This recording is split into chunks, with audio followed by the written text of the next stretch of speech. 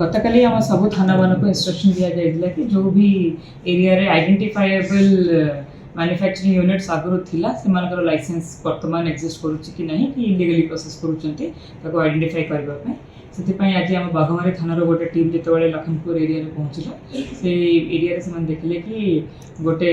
घरे किछटा बाण स्टॉक होगी अच्छी घरे डिटेल पचारा पर जना पड़ा कि पाखे जो लाइसेंस टेक्स एक्सपायर कर जाए से फंक्शनल ना विगत किसी मास आगे गोटे अघटन जो पितांकर